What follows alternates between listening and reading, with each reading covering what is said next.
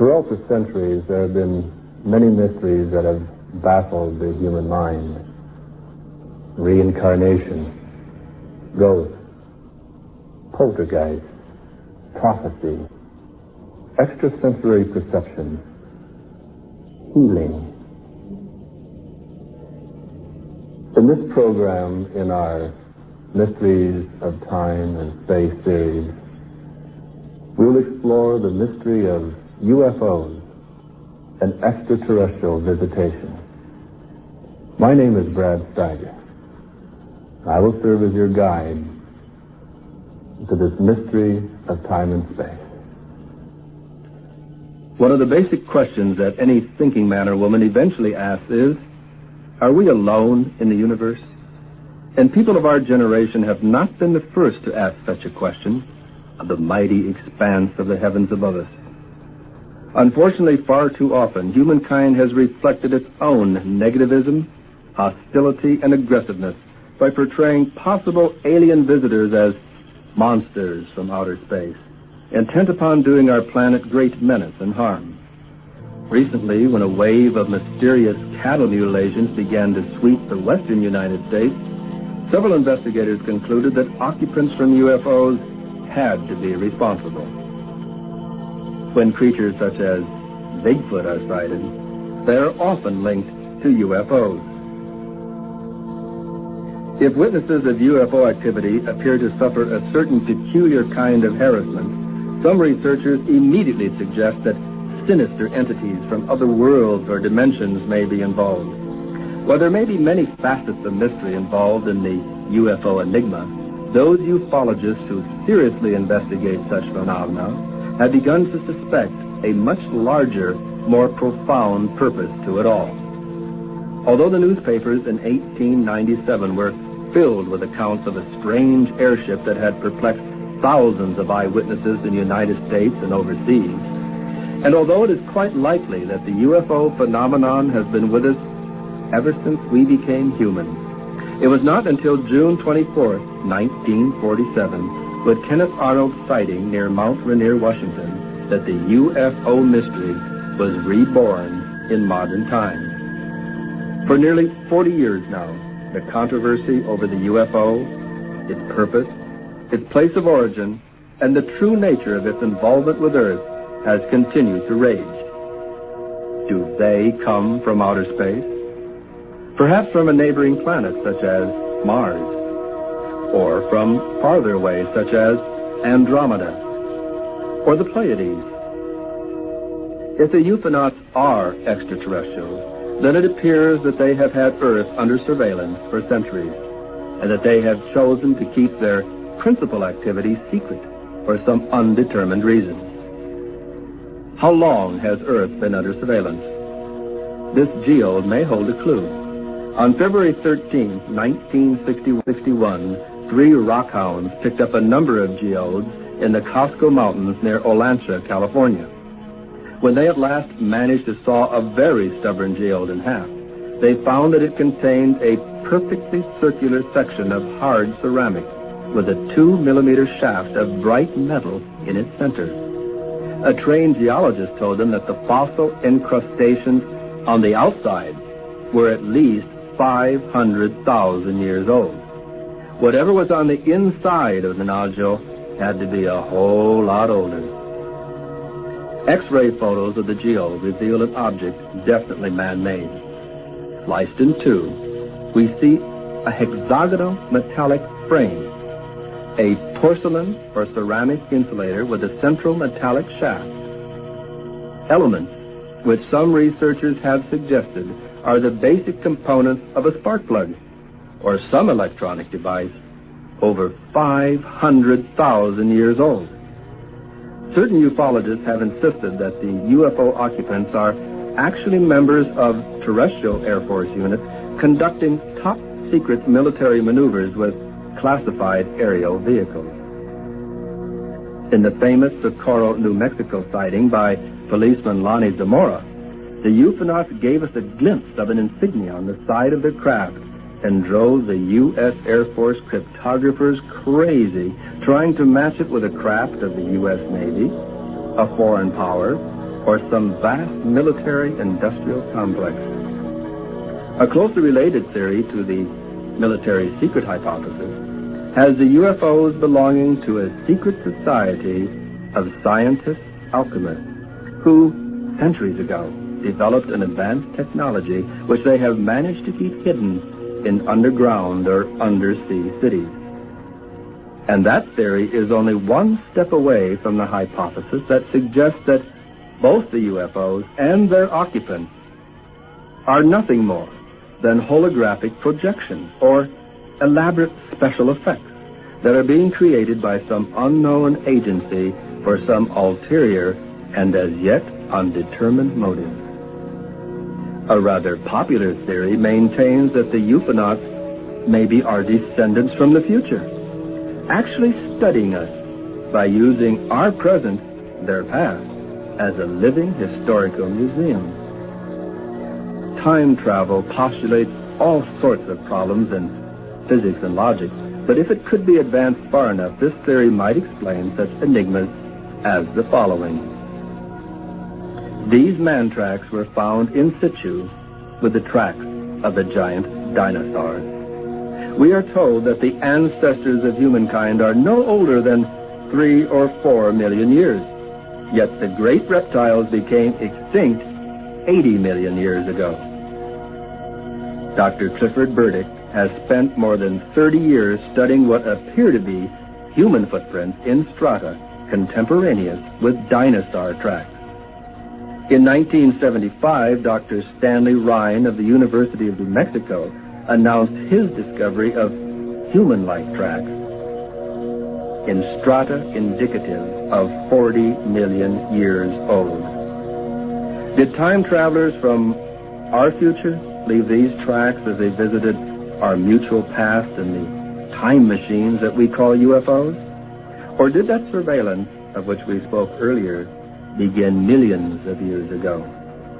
A related hypothesis states that the UFO entities come not from some other physical world, but rather from an adjacent space-time continuum. In other words, the UFOs actually coexist with us on Earth, but on another vibrational level. Well, if the dimensions ever cross, and quite obviously they do, or we wouldn't see UFOs at all, maybe the other dimensions hypothesis explains such artifacts as this beautifully wrought object that was discovered inside of solid pudding stone 15 feet below the surface near Dorchester, Massachusetts. The bell-shaped vessel is 4.5 inches high, 6.5 inches at the base, 2.5 inches at the top, and about 1/8 of an inch thick. The metallic composition is brass with zinc, iron, and lead. The inlay is pure silver. Since its discovery, some of the world's finest and most complete laboratories have run the vessel through every conceivable kind of test. There is still no answer to its period of historicity or its origin. Certain ufologists have stated their belief that at least some UFOs may actually be unrecognized life forms indigenous to the upper reaches of the Earth's atmosphere. They may be plasmic, electrical, nearly pure energy forms which have the ability to assume a variety of guises. Others suggest that the UFOs may be something more on the order of ghosts rather than visitors from outer space. They have theorized that maybe our entire planet is haunted, so to speak, by some as yet unknown physical law that can at times activate or be activated by the unconscious mind. This law, or energy, might not itself be intelligent, but it would be able to absorb, reflect, and imitate human intelligence. For instance, this ghostly bulb snatcher appeared in a brand new home in Lake Tahoe. This picture is not a double exposure, and it clearly shows the image of a man steadying the wagon wheel chandelier and removing or unscrewing the light bulb. The proud owner of the new home had been perplexed by the light bulbs becoming loose in their sockets. It wasn't until this picture was developed that he learned the reason why. Now, you have to deal with this photograph in your own reality, of course. But some night when you're sitting up late, reading, and the wind is howling outside the window, the rain is hitting against the pane, and the light goes out beside you, remember this picture. A somewhat more profound theory suggests that the UFOs may be quasi-real objects manufactured by the human collective unconscious. Researcher John White used Jungian archetypes as energetic thought fields that are accessible through dreams, meditations, and other altered states of consciousness. White theorizes that there may be larger, previously unrecognized dimensions of physical events in which highly evolved entities exist on a grander paraphysical scale and influence and guide human affairs. It may be this grander paraphysical dimension that has been guiding men and women recently through such manifestations as materializations of the Great Mother image, which we have investigated in numerous instances. For example, is this image that of a spaceship or the Blessed Mother? Audiences are about equally divided in their appraisals. It was taken at the Florida Space Center by Dr. Berthold Schwarz. More cynical researchers theorize that we are indeed being visited by extraterrestrials, but that they are tricksters who are deliberately misleading humankind in order to provide a cover for undisclosed activities on Earth. A theory that seems quite provocative holds that UFO manifestations are the result of the magical machinations of elves, wee people, and other paraphysical entities that have coexisted with humankind as companion species and who appear to participate somehow with Homo sapiens in an evolutionary design. For centuries, it is true, the UFOs have been scorching clearings in the woods and leaving fairy circles. They've been doing the same thing in farmers' pastures. In this instance, the Iowa farmer who complained to us was upset because he thought the UFOs he saw nestling down in his pasture were somehow drawing electricity from the power lines, and he was afraid that he would get stuck with the bill. On July 1st, 1965, Maurice Massé, a farmer near Valençol, France, was rendered temporarily immobile until the strange elf-like trespassers in his field made their getaway. The ufonauts have been pulling this trick for years. Perhaps that's where we get the stories of the wee people and their magic wands. On a rainy night in July 1969, a glowing oval-shaped UFO settled down in Warren Barr's bean field in Iowa's Cedar River Valley. Teenagers Pat Barr and her visiting cousin Kathy Marr saw the object as they were preparing for bed. Barr discovered the 40-foot in diameter scorched circle the next morning when he was doing chores. The UFO researchers who investigated reports of an alien craft on a Florida beach found what may be the impression of a landing gear. Nearby were what appeared to be corrugated, dumbbell-shaped footprints. Both in UFO literature and in the cases which I have personally investigated, the most often reported ETs are described as being about 5 feet tall, large-headed, with oversized, strangely slanted eyes, sometimes with reptilian-type vertical pupils. The entities are usually said to be dressed in close-fitting, one-piece jumpsuits. Very often, the witnesses noticed a winged serpent shoulder patch on the ufonauts' uniforms or observed such an object in a medallion or other insignia. I saw an entity such as this when I was 5 years old. It occurred in our Iowa farm.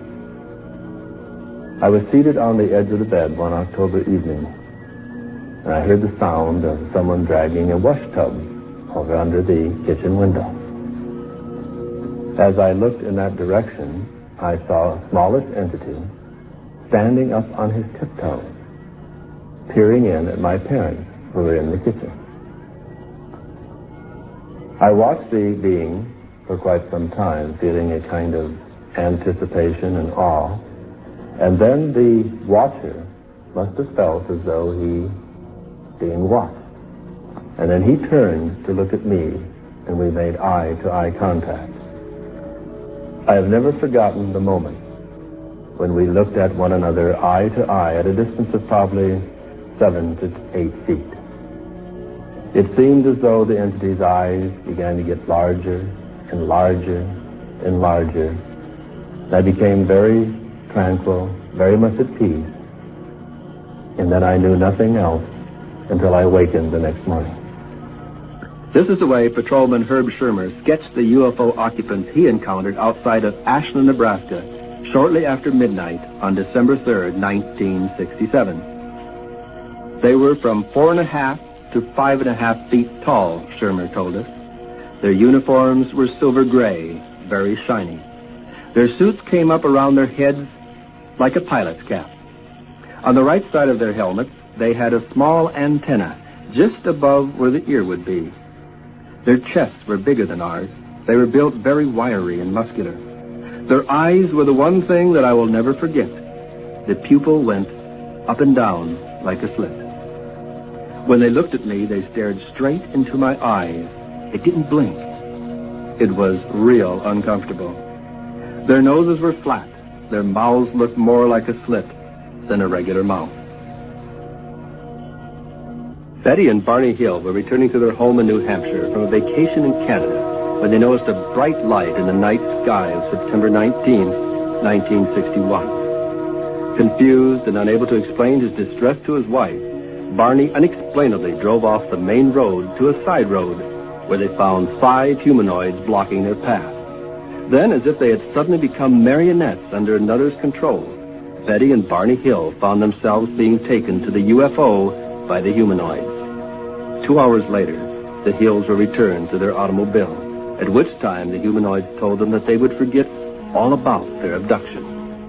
The remarkable confrontation with an alien species would probably never have been brought to public attention had it not been for 2 factors. Both Betty and Barney were troubled by bizarre, inexplicable dreams, and they had discovered an unaccountable 2-hour gap in their journey home from Canada.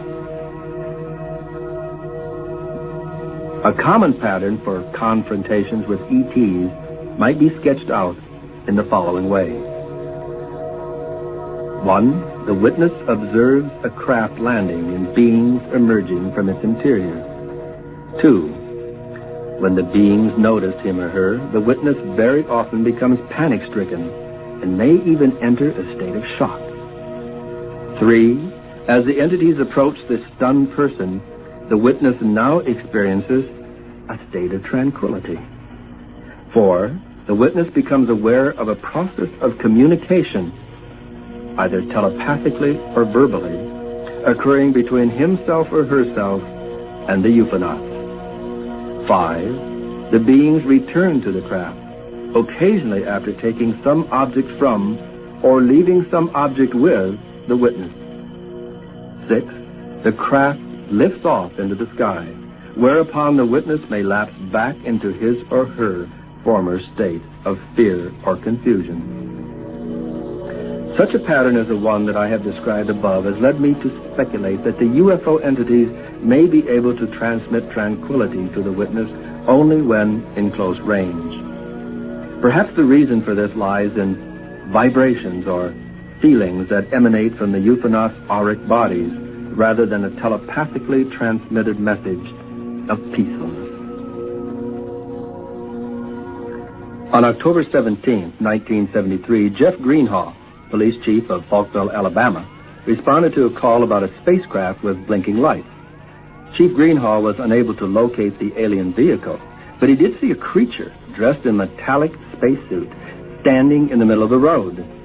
According to Greenhaw, I got out of my patrol car and said, "Howdy, stranger," but he didn't say a word. I reached back and got my camera and started taking pictures of him. The entity didn't seem to mind posing for the camera, but he ran away when Chief Greenhaw turned on the blue light atop his cruiser. in the afternoon on November 5th, 1975, 7 Forest Service workers were returning from woodcutting work in the White Mountains of northeastern Arizona when they spotted a large, glowing, oval UFO hovering over a clearing. 22-year-old Travis Walton did not hesitate to walk nearer for a careful inspection of the object. The tall young man was standing directly beneath the vehicle when a ray of blue light beamed down and struck him. The last thing the 6 young men in the truck saw before they floored the accelerator and fled the scene was the sight of Travis Walton spread-eagled at the end of a blue ray. There would be no more Travis Walton for 5 days until he called his brother Bruce from a telephone booth on the outskirts of Heber, 12 miles from the spot where he had disappeared. One of the most thoroughly researched and most controversial ET abduction cases in modern times was launched when Travis Walton told the press that he had been aboard a UFO all that time. The entities were about 5 feet tall, Walton declared. They had large golden eyes set beneath domed foreheads. Although he never saw their small, compressed mouths open, he was aware of communication from the entities through telepathy. In the late 1960s, I presented my hypothesis that the reason why the most frequently reported UFOnauts resemble reptilian or amphibian humanoids may be because that is exactly what they are, highly evolved members of a serpentine or semi-aquatic species. A provocative theory is that the dinosaurs didn't really vanish, they evolved into a humanoid culture that eventually ran its course or was destroyed in an Atlantis-type catastrophe, perhaps just after they had begun exploring extraterrestrial frontiers. The UFO occupants seen today, then, may be the descendants of the survivors of that reptilian culture who are returning to monitor the present dominant species, Homo sapiens sapiens, on the planet. Or, as an alternate hypothesis, today's UFOnauts may be a highly advanced reptilian humanoid culture from an extraterrestrial world. These serpent people would have evolved into the dominant species on their planet millions of years ago and would have become space explorers eons of Earth years ago. These same reptilian humanoids may have interacted in our world's evolution as genetic engineers, culture bearers, and silent observers of our resultant progress as a species. I have developed this hypothesis considerably for my book, The Seed, so I was delighted when I received word that Dale Russell and Ron Sequin of Canada's National Museum of Natural Sciences at Ottawa had fashioned a model of a humanoid dinosaur using Stenotchosaurus inequalis as their inspiration. Stenotchosaurus, according to Russell, had a rather large brain and eyes with overlapping visual fields. The 90-pound dinosaur also walked on 2 legs, and it appears to have had a partially opposable thumb on its 3-clawed hand. The result of such scientific speculation was an astonishingly human-like creature that Russell terms a dinosauroid. The creature stands 4.5 feet tall, has a large domed head, green skin, and yellow reptilian eyes. It should probably have had ears, Russell conceded, but the effect would have made it appear too human. As it is, the dinosaur man on display at Canada's National Museum of Natural Sciences almost exactly fits the descriptions of UFOnauts provided by thousands of men and women throughout the planet who have reported their close encounters with ETs. In the summer of 1982, producer-director Steven Spielberg introduced theater audiences to an extraterrestrial entity who literally lives on the love energy and who is apparently a member of a species that has been monitoring our planet to check out the soil and the flora and fauna. E.T. is definitely in the amphibian reptilian mold, and the motion picture is an excellent device for teaching young people to respect intelligences that may appear very different from them in physical structure. My wife Francie was told several years ago that extraterrestrial intelligences would begin using our media to begin a program of positive conditioning to prepare Earth men and women for large-scale UFO landings. Steadily, the population of our planet would perceive an interaction with an alien species as a mutually profitable experience. Such positive propagandizing was necessary after the wars of the worlds which frightened us so in the early science fiction dramas that were presented by radio, television, and motion pictures. If some researchers find links between the fairy folklore and the UFOs, then it is to be expected that about an equal number will make an association between the UFOnauts and the angels, which are described by many religions as the messengers of God.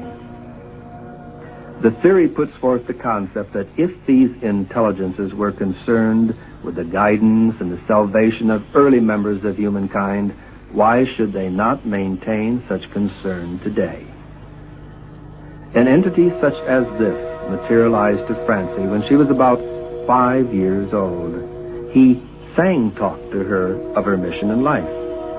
He identified himself in Earth terms as an angel. Francie remains in constant contact and communication with the entity, and she has since learned that his name is Kaif.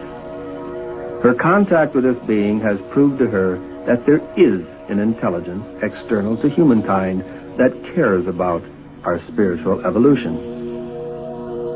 UFO researcher Hayden Hughes arranged for Francie to be tested by science's most sophisticated new instrument for assessing the truth of anyone's claims, the Psychological Stress Evaluator, the PSE. Developed by 2 colonels in military security, the PSE detects any stress-related tremors in the involuntary muscles triggered by the subconscious mind.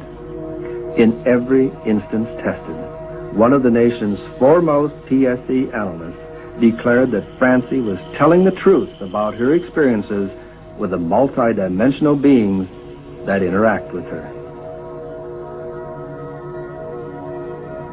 Surely the sons of God, who are referred to in the Bible, may have been checking in on this developing planet for hundreds of millions of Earth years, almost as if they were tending a garden. In 1971, amateur archaeologist Lynn Ottinger found traces of human remains in a stratum approximately 100 million years old. Remember, those species called human are far less than 1 million years old according to the official calendars. In the 1930s, Dr. Wilbur Greeley Burroughs, head of the geology department, Berea College, Kentucky, found 10 complete humanoid tracks in Carboniferous sandstone. After an exhausting study of several years, he concluded that the tracks had been made by a bipedal creature that positioned its feet like that of a human, had a heel and 5 toes, walked exclusively on its hind legs, and wore size 7.5 double E shoes 250 million years ago. On June 1st, 1968, William Meister discovered what appears to be a fossilized human sandal print in a Cambrian limestone formation near Antelope Springs, Utah. Overall, the print is 10.5 inches, 3.5 inches wide at the sole, 3 inches at the heel. The sandal is well worn on the right heel. The heel is indented about 1/8 of an inch more than the sole, indicating a characteristic and natural distribution of weight. Look at the object that has been mashed by the heel. It is a trilobite, the earliest fossil life form known to science.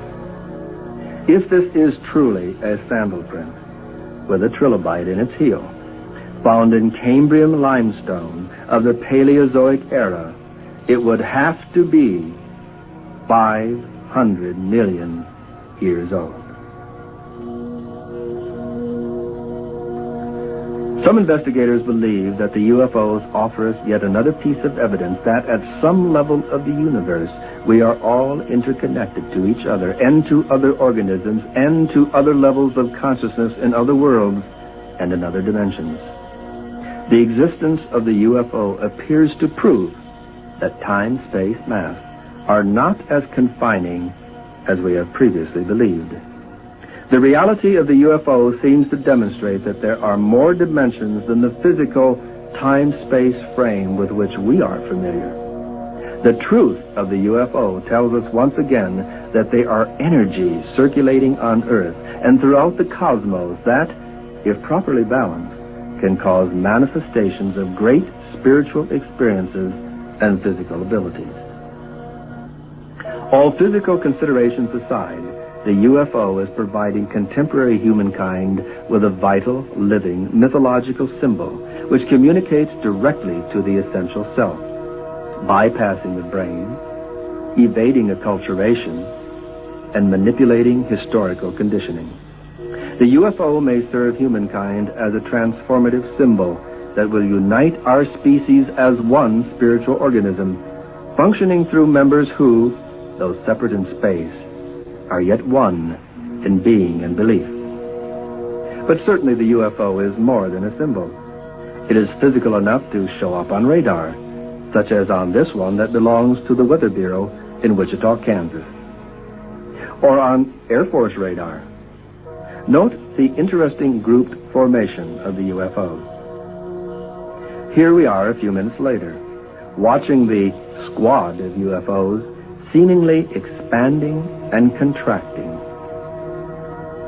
In this photograph, a UFO, in the upper right, visits our base at Guantanamo Bay in Cuba.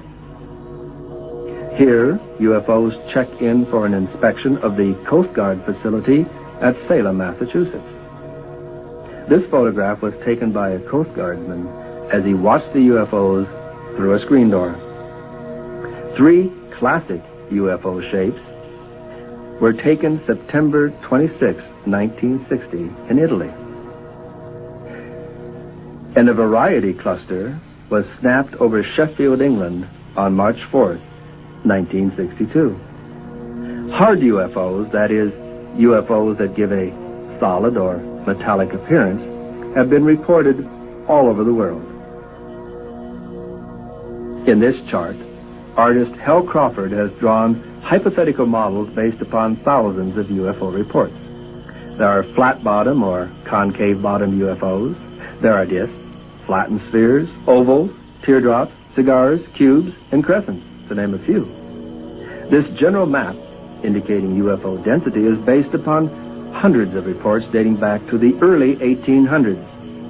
Consistently, year after year, UFO activity seems heaviest or lightest in the variously shaded areas. Electromagnetic cases are those instances in which a witness of UFO activity has reported interference with his automobile, his lights, and so forth. This map also indicates where blackouts and brownouts of cities took place in which UFOs were suspect. Also included are cases in which animals seem affected by the overflight of UFOs. Electromagnetic activity has occurred in these areas in what would seem to be cyclical patterns. This map represents those areas in which UFOs have been seen touching down time and again. Although humanoid entities and UFO occupants have been reported in every state, there appear to be specific areas which they favor in what seem to be cyclic patterns. Again, this map is based upon hundreds of sightings which date back to the early 1800s. Here is a world map of EM cases and shaded areas which we term strangeness places. These are regions in which humanoids, ghosts, strange creatures, and unexplained disappearances occur in what would seem to be cyclic manifestations. Over 20 years of research has led me to the conclusion that some external force, or intelligence, has interacted with humankind throughout history in an effort to learn more about us, or in an effort to communicate certain basic truths to our species. I am also convinced that there is a subtle kind of symbiotic relationship that exists between humankind and these intelligences. In some as yet not fully understood way, they need us as much as we need them. The UFO intelligences seem to have the ability to influence the human mind telepathically and may project what appear to be three-dimensional images to the percipients of UFO activity. The image seen may depend in large part upon the preconceptions, fears, and hopes which the witnesses may have about alien life forms. That is why some witnesses of UFO activity may identify the intelligence as an invader from outer space, or a bug-eyed monster, or a light being. It may actually be a matter of the witnesses' prejudice, their level of technological sophistication, and their individual spiritual philosophy as to what form the UFO intelligence assumes. The really important thing to the UFOnauts may be that someone sees them and interacts with them on some level, either conscious or unconscious. In 1968, while conducting a worldwide study of psychically talented men and women in an effort to determine a pattern profile for those people who demonstrate ESP, I discovered a number of individuals who seemed to have been programmed to serve as guides through the times of change and transition which many believe lie ahead for humankind. These men and women appeared to be responding to some kind of timed release mechanism within them. It was as if DNA nuclei were literally exploding inside their psyches, reminding them of an extraterrestrial ancestry and a responsibility toward the people of this planet. I called these men and women the Star People, after the American Indian legends of those who came down from the stars to take unto themselves husbands and wives from the various tribes. Such accounts are recorded on petroglyphs and in the oral tradition of many Native American people. And I recognize the similarity of these tales to the verses in Genesis, which refer to the sons of God coming to the daughters of humankind and producing infants, which later became mighty men and women of great renown, giants in the earth. The pattern profile of the Star People indicates an unusual visitation from a humanoid being, an angel, or a glowing white light around the angel fly. Most of the Star People have a lower than normal body temperature, extra or transitional vertebrae, chronic sinusitis, an unusual blood type, a hypersensitivity to light, sound, and electromagnetic vibrations, a yearning for a home not on Earth, and a great conviction that now is the time to begin to prepare the planet for a metamorphosis into the future. When I met Francie, I not only discovered someone who fit nearly all of the many items on the pattern profile, but one who had isolated other elements which she could add to my list. Perhaps most importantly, she had maintained a close contact with the entity who had visited her when she was 5, and she could provide answers to my questions of why the ETs had visited our planet so long ago. Francie, at this point in your research and your quest on planet Earth, do you believe that ETs visited this globe in prehistory and are still visiting this planet today? Yes, I definitely do. I think it has been obvious with Sumer and all of the cultures that have been affected with Egypt. They all spoke of being visited by extraterrestrial beings.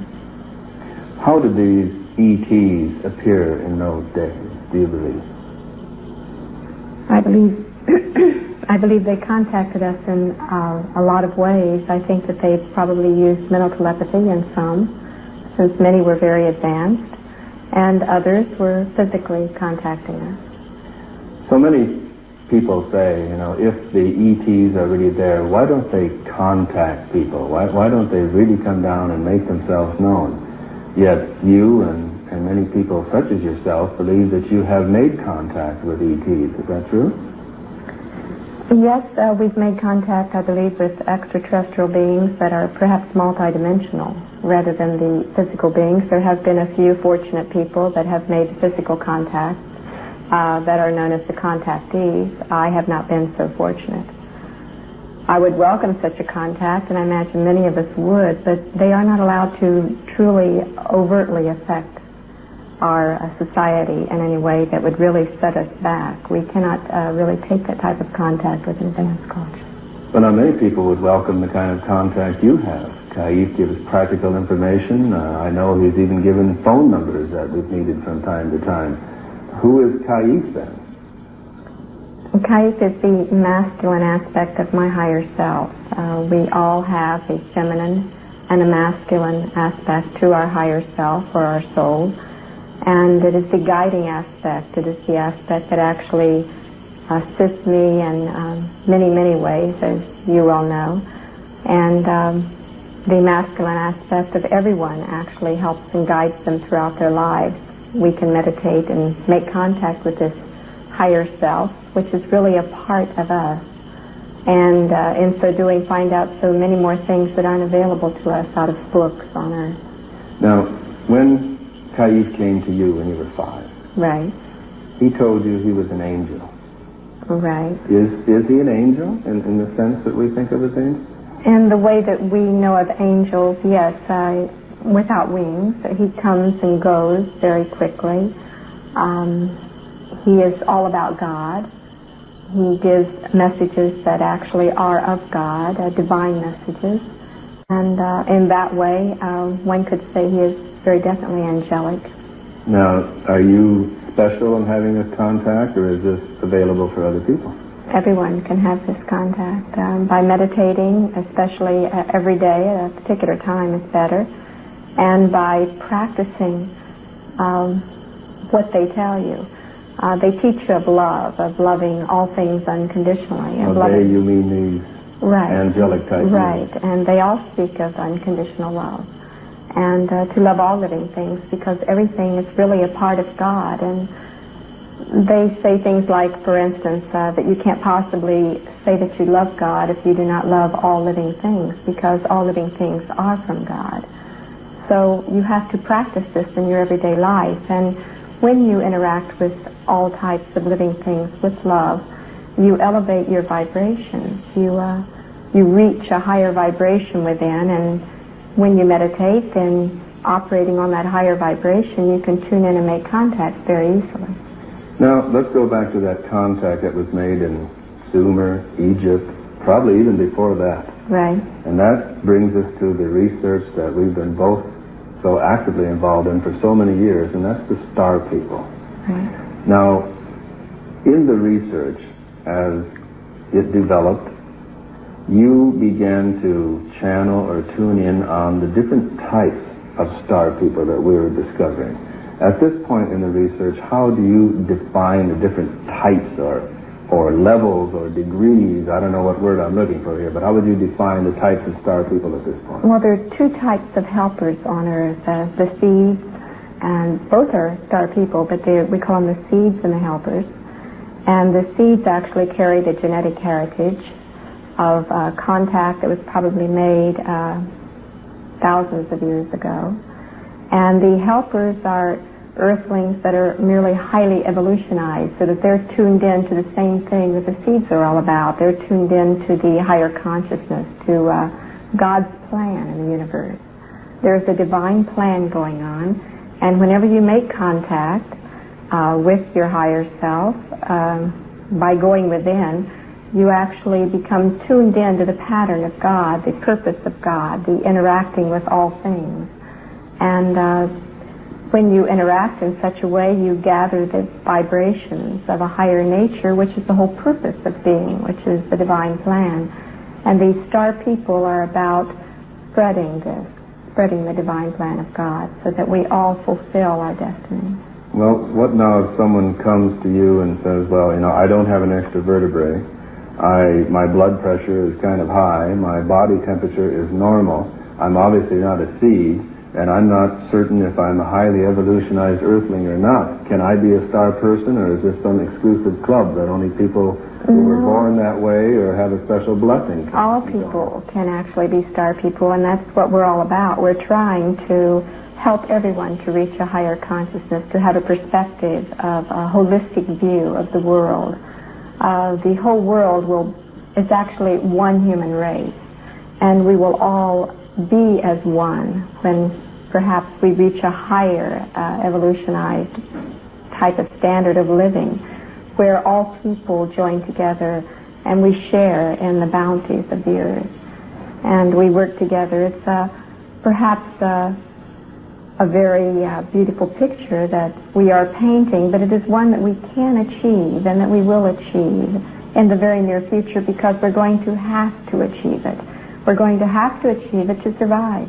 We're going to have to achieve it to be able to spread all of the food and all of the resources around to all the people. Otherwise, we're going to actually disintegrate eventually if we don't. If we don't work towards evolutionizing towards God, we will lead to our own destruction. Do you think when the ETs came here thousands of years ago that they had any particular plan in mind in regard to the planet? Now, you mentioned that people bear the seed, bear the genetic heritage of these people. Now, we can assume that was done through genetic engineering, perhaps. The holy books speak of seeing the daughters of men and giants in the earth being born from that kind of union. Did they have a plan other than just propagating an extension of their own heritage, or do you think that they had a broader plan than that? They very definitely had a plan, those that visited back then, because they left a beautiful legacy. They elevated the consciousness and the awareness of the people so that they might be able to attain all that God wished. When you took the TSE test, Right. That was a strenuous test, tested by a man in military security who developed a psychological stress evaluator. And in that test, you spoke of going to outer space, or going out into space. Right. And they indicated that you were telling the truth. Now, how would you explain to someone how you go to outer space? Do you get in a spaceship and do this? Or? Well, you go to outer space when you go within. It's a multidimensional thing, but when you meditate and you go within yourself, it really is true that there is a temple within. You can attain this higher consciousness by going inside, and in so doing you open up the entire universe to yourself. You actually feel that you are physically there because you're traveling spiritually. And it is the real you rather than the fleshly envelope that we occupy right now. The real you, many times you can look back and see the physical shell. And this has been reported by so many people, it almost seems redundant to say, that you can spiritually travel beyond the stars and the planets into a beautiful space where you'll receive teachings and awarenesses that aren't available here. Other people talk about going to outer space in UFOs after they've made contact. Do you think that kind of contact exists? I think it's very possible, since all things are possible under God. I feel that it's the symbolism in many cases. We have a subconscious mind which makes contact with the beyond quite easily. And our subconscious mind, which is in contact, sees things and speaks to us consciously in symbol language, so that when we are in contact with something from beyond, it will cause an image to project to our conscious mind, and it will be an image that we will consciously accept. Our mind does this, and it's the language of the mind. It's how it speaks to us, and it talks to us in our dreams. So you think these people who say they go on UFOs to outer space, you think that's more a dream experience or an out-of-body experience rather than an actual physical I think it could experience? be going within quite frequently and contacting the subconscious mind and seeing all of these grand symbols and taking them literally. And I think in most cases it is that. There have been people that have made contact with extraterrestrial beings, and I believe them. Many of those beings are not the same ones that came a long time ago that actually aided our culture. These are as I've been told, they are beings that are merely studying us biologically. And as observing us then, as if we were specimens? The same thing that we would do if we could go there. They're just ahead of us. Or the same things we might do if we went to a place where certain rare animals might be and a game preserve type of... Well, also if we knew that they were warlike, which the Earth has shown throughout the centuries as being a very warlike planet, I don't think they would wish to overtly contact us, and I think that they would get perhaps a better picture of us by, at random, as they have been doing, biologically studying us. As people say, you know, why don't they land on the White House lawn? Why don't they make contact? Why don't they go right to the president and say, hey, we're here, we've been watching you, we've been studying you, knock off the dirty business that is involved in so many levels of our Western world, of the Eastern world, of the entire planet. Just really get it together, Earth. Really clean up your act. Why don't you think that kind of contact is taking place? Oh, I think for so many reasons. It would be a personal thought of my own, perhaps, in that case. I believe that it would be very dangerous for them to do that because of the power structures that run this world, political power structures that run this world, would not want anyone to come and topple what they have claimed as their own. That they would have such a superior technology, it would appear. Would they be threatened by any of our power structures? No, they would not be. But our power structures would be, and I think that we would probably use weapons against them so as not to topple the economy as they wish it. But could we even attempt to resist them? Oh, they're definitely destructible. Mm-hmm. So you feel then that they feel they should not interfere with our progress at this time? I really, I wish that they could, or that they would, perhaps more overtly than they are. They're doing it the only way that they can at this time. They're entering into the psyches of our culture, and they're affecting us through our media, through our entertainment, through a lot of people think that it's their own idea, for instance, that it was a hunch they got and they created a play or a particular scene. But all of our creative abilities actually are affected by higher intelligences from beyond. And I think that's perhaps the most thorough way of affecting a culture, rather than by shocking them or by overtly coming upon them and telling them how they should live, is by coming from within and changing the people from within. So you're saying then they don't have to land on the White House lawn and declare themselves. You're saying that they have made contact with humans for centuries. Right, and they are still doing this. They are still affecting us. The people they've made contact with, are these primarily our prophets, our leaders and political structures in the past, do you think?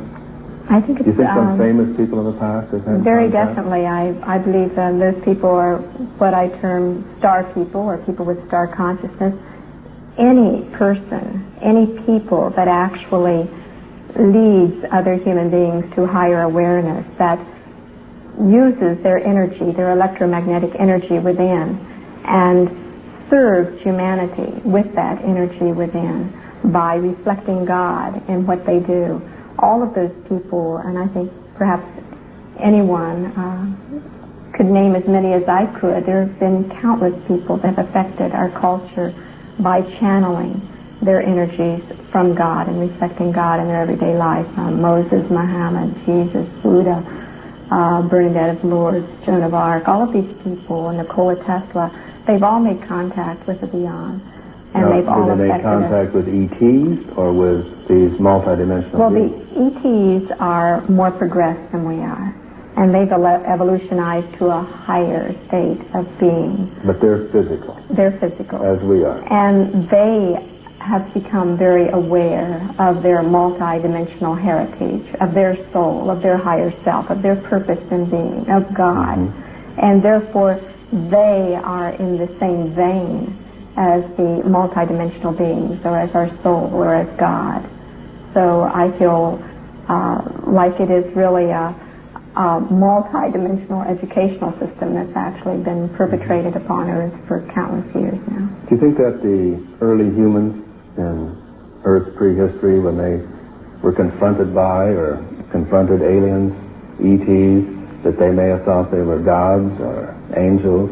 Is that what led to some of these legends and folklore? It must have been what it was because of their descriptions. Like Sumer described them as fishmen, and how they walked across the water from their star, and how they taught them language, the written language, the cuneiform language, and the first word that man wrote in Sumer was star, and talked all about these star people that came from the star. So I think that all of the cultures spoke of this and thought of them in perhaps their own, just as we would today, in their own understanding, whether they called them angels or star people or whatever. It was in their own language. Now, many people fear, and still fear, a war of the worlds. Many people feel that if ETs, aliens, come from another world, that they are here to do us harm, to enslave us, to take our world away from us. Do you think there's any danger of that? No, I really don't think that they would want it. So I don't feel there's any danger in them taking our world away. I feel that where they come from is far more advanced than our culture. I think they really just wish to aid us in raising our own awareness, and the only way that they can, because they're living their life and they must permit us to live ours and just try to help us along. You feel then that they're guiding us, perhaps giving us examples rather than planning to interfere and pull us into the future against our will, so to speak? Well, they're making us want to go into the future. There's people that are aware enough to be able to walk towards the future. There are other people that, no, I don't quite know what you're asking. Yeah, let's turn the question around a bit. Let's turn the question around. Okay. What level do you think our population is at this time toward accepting alien contact? Let's say that the aliens did land. Let's say that the aliens approached a group of men and women in certain structures of our society and said, "We are from another world. Take us to your leader." How do you feel that the average person in the Western world, we're limited, would react to alien contact? Well, I think after the Spielberg movies, a lot of people would probably be a lot more accepting of extraterrestrial contact. I feel that he has done a great deal to make us ready for this. Do you feel then that people would be more accepting, or do you feel that there would still be those who would get their shotguns and try to drive the aliens back to whichever planet they may have come from?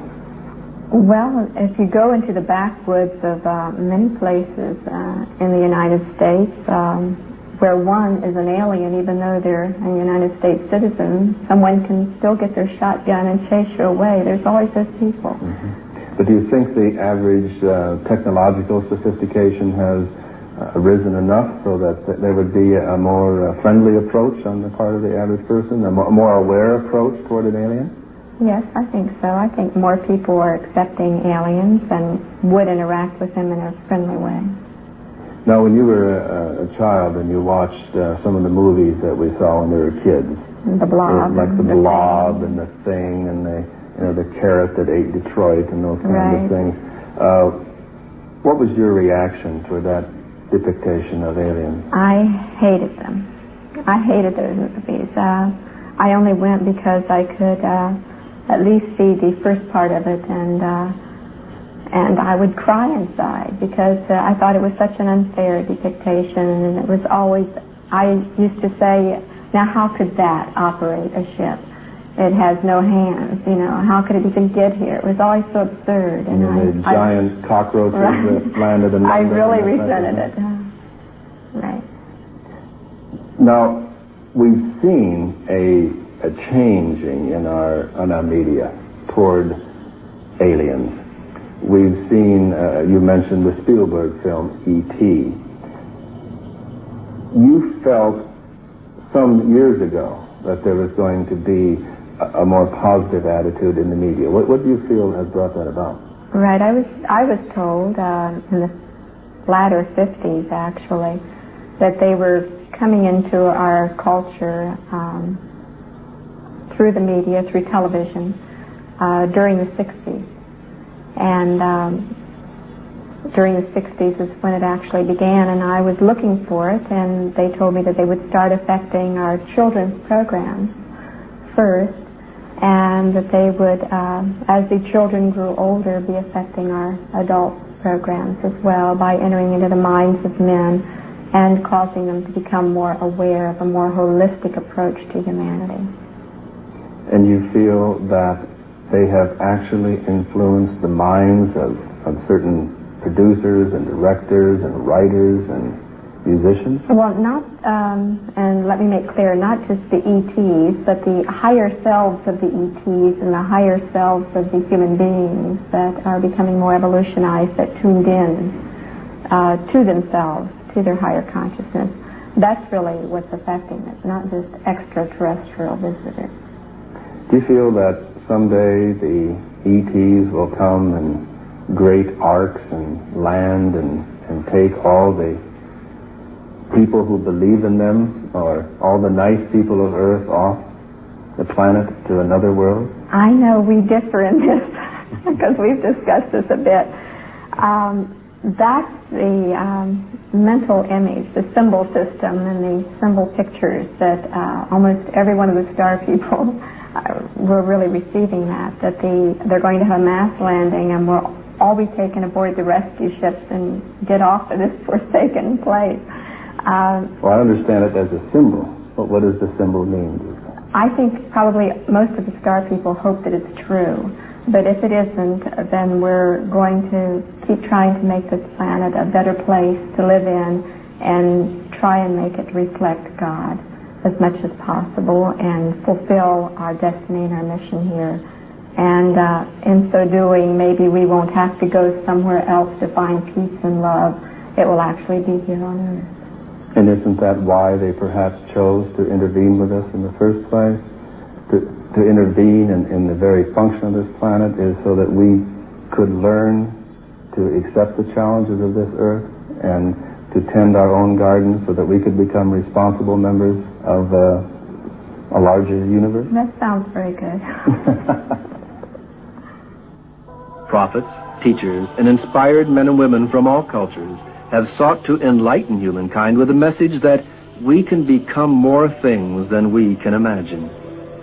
There are more processes which take place within us than we know. We are all multidimensional beings, and we have the ability to learn a psycho-spiritual discipline so that we can control a marvelous universal energy in order to achieve self-mastery and to work miracles. The Hindus named it prana, the Jews ruah, the Chinese chi, the Japanese ki, the Polynesians mana, the Christians the Holy Spirit. All people at one time or another have sensed an unknown force that underlies all paranormal phenomena and that permeates all life on Earth. The ability to control this energy exists in a dormant state in the psyche of every human being. Awareness is the key that unlocks the door to this limitless potential. In these remarkable photographs, we see Olaf Johnson, the psychic sensitive who participated with astronaut Ed Mitchell in the Moon to Earth ESP experiments during the flight of Apollo 14, demonstrating his control of the X-force under laboratory conditions. Together with other sensitives serving as batteries, Olaf levitates first a table, then a man. 6 cameras recorded the experiments on infrared film in the darkened parapsychological laboratory of Danish researcher Sven Turk. Olaf told me of his activating experience at the age of 5 when an intelligence from somewhere beyond the stars contacted him in his native Sweden. Olaf said, It was they who began telling me about the universe and cosmic harmony. I felt that they were friends, that they wanted to teach me and to help me. I am still convinced that they are friendly, and that they intend to help humans as much as they can without interfering in our own development and free will. Israeli sensitive Uri Geller is another who experienced an activating incident as a child and who has freely admitted to being the channel for an external intelligence. Here, Uri makes a fork bend merely by stroking it with thumb and forefinger. The dinner fork, verified as intact before the controlled demonstration, gradually became pliable at its neck and finally parted. Admittedly, bending dinner forks with the psyche has a very limited social application, but such demonstrations as those by Geller do inspire others to begin their own efforts to control the X-Force in more meaningful applications. It should be pointed out here that a negative application of this unknown energy can express itself in those violent, chaotic manifestations which we label the poltergeist. Our friend Komar was activated through dream teachings as a child and has experienced ET contact as an adult. Komar channels the energy of his cosmic heritage by controlling pain through altered states of consciousness, then teaching others how to accomplish these mind-over-matter abilities. Komar can so demonstrate this facet of our star-seeded potential to the extent of walking on coals at temperatures as high as 1,500 degrees Fahrenheit, to the satisfaction of committees of medical doctors. Komar's pain control feats have earned him several listings in the Guinness Book of Records. When Dr. Norman Sheely of the Pain Rehabilitation Center, St. Francis Hospital, La Crosse, Wisconsin, examined Komar, he stated, quote, "It is obvious that Komar has the ability to distract his mind from going into at least an alpha state, and in it to have control over his autonomic nervous system. Komar uses this state of mind to prevent pain and body damage," end of quote. What Komar really seeks to accomplish in his public demonstrations is to shock people into realizing that they live their entire lives without using more than a small percentage of their full mental capacities. He's challenging everyone that if he can utilize a portion of that dormant brain power, so can we.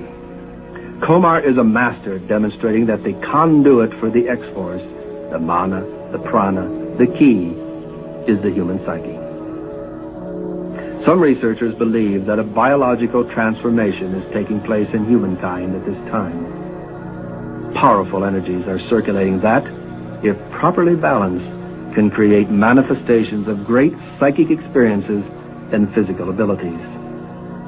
Some men and women can interact with the X-Force and use it to locate water, oil, precious metals, or lost persons.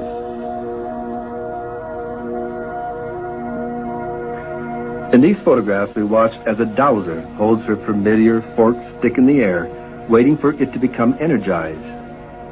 Next, the camera records not only a bright corona around the tip of the stick, but a comet-like ray beneath it that seems to be pulling the dowsing rod after it. Scientists have observed the X-Force in the operation of heat, light, electricity, magnetism, and chemical reactions. It is, however, different from all of them. It fills all of space, penetrating and permeating everything. Denser materials appear to conduct it better and faster, and metal refracts it. Organic material absorbs it. This photograph represents a successful attempt to capture a man's aura on film. The aura is said to be that pattern of electromagnetic energy that surrounds all living things. The process known as Kirlian photography strives to provide yet another means of better defining humankind's multidimensional nature. At the same time, if certain colors in the aura can reflect changes in moods and in bodily health, then medical doctors will be equipped with yet another tool for treating emotional and physical disorders. Interestingly, the X-force appears to have its opposite number. The life-giving energy is seen as blue and gives a cool, pleasant feeling. The disintegrative energy is reddish and creates a feeling of heat and unpleasantness. In utilizing the X-force, the kahunas, high priests of the Polynesians, say that the energy flows from one object to another. The mana, they say, is sticky. So an invisible stream of energy will always connect any two objects that have in any way been connected in the past. This is the basis of what is known as sympathetic magic. The interaction of the human psyche with the X-force is observable in several ways, as isolated pulsating points, as spirals, as a cloud-like substance, or as an aura surrounding the body. This remarkable photograph, not a double exposure, was taken during a meeting of the Psychic Research Training Center at St. Louis, Missouri. Maureen Garger, a healer, had as her goal the releasing of energy into a man who was sitting several feet in front of her. Although she sat quite still, a transparent arm, clearly not the man's, appears just to the left of his own arm. Just to the left of his head can be seen an upturned face with mouth open and eyes closed, superimposed over the healer's physical neck, which is slumped forward. The physical and the non-physical not only interpenetrate one another, they are each other. On March 29, 1964, psychical researcher Fay Clark conducted a number of experiments in aura photography in a darkened fallout shelter. The only source of light for the entire area came from a 1.5 watt argon bulb. On this particular evening, Clark had brought with him an ultrasound generator into the shelter. He moved the sound generator to various frequencies, and at one particular setting, a number of dots of light began to appear. They would group themselves in formation, and in some cases grow larger. Some of them developed tails. At times they appeared to be responding to his thoughts. Clark almost experienced the eerie feeling that the lights were somehow intelligent. Did Clark in some way summon UFO intelligences by striking a particular homing frequency that enabled them to enter our world and to interact with him on some level of consciousness? And note the similarity between Clark's fireflies and the famous UFO formation seen over Lubbock, Texas, and the group of UFOs which appeared over Washington, D.C. on February 4th, 1959 and set off a red alert. In the late 1930s, a French psychical researcher claimed to have produced electrical ghost forms by directing light and sound vibrations into a variable and sensitive magnetic field. Nature's way of scattering huge amounts of electricity around is usually an electrical storm with brilliant bolts of lightning. Traditionally, we think of the spooky, ghost-ridden nights as being those occasions when thunder and lightning rumble and flash. Mediums seem to favor holding seances on evenings when the air is heavy with electrical vibrations. Rather than eerie bits of folklore, we may have been witnessing the electrical connection in operation for centuries. UFOs are often reported hovering near high-tension power lines. Rather than their kidnapping our kilowatts, as some researchers have suggested, I think that it is likely that the electrical field near the power lines enables them to enter our reality and to become visible to witnesses' eyes. A number of UFO contactees have mentioned to me that just prior to the manifestation of the communicating ET, they were aware of a strange buzzing sound. Witnesses of aerial phenomena have also referred to a buzzing or rushing shortly before a UFO appeared over them. I am also reminded that a great deal of poltergeist activity produces a preparatory signal of a buzzing, rasping, or winding noise. Could it be possible that the human observers of such paranormal activity are hearing some dimension-hopping entity tuning in to our frequency before materializing in our space-time continuum? Could the sounds and lights which seem so mysterious to us be but simple electronic byproducts? And if these sounds and lights might somehow be channeled electronically, shouldn't it be possible for us to fashion a device to permit us to communicate with their dimension? The answer to that fascinating question is quite probably yes. And that may be one of the giant steps toward which the ETs and other multidimensional intelligences may be leading us. They may even now be stimulating certain electronic geniuses among us to devote their energies to the fashioning of an instrument that might serve as a medium of communication between the different levels of frequency, vibration, or whatever, which separate us from the other intelligences in the greater reality. It seems to me that throughout history, the UFO intelligences have often cast themselves in the role of teachers. But rather than instructing us through direct intervention, they seem to favor teaching by example. They have done this before by demonstrating the possibility of air flight, radio communication, television, and a host of other technological developments that humankind once considered impossible. At this moment in our scientific progression, the UFO intelligences may be demonstrating the possibility of dematerialization and rematerialization. Perhaps they are showing us that with a particular electronic device at our command, we would simply tune in to one another rather than only randomly catching each other unaware. If we may theorize that there is but one life force and a common collective unconscious for our species, then in the larger sense, any contact with multidimensional intelligences or ETs becomes part of the common experience of all humankind. There is a new age dawning, and each of us must be prepared to become an integral part of it.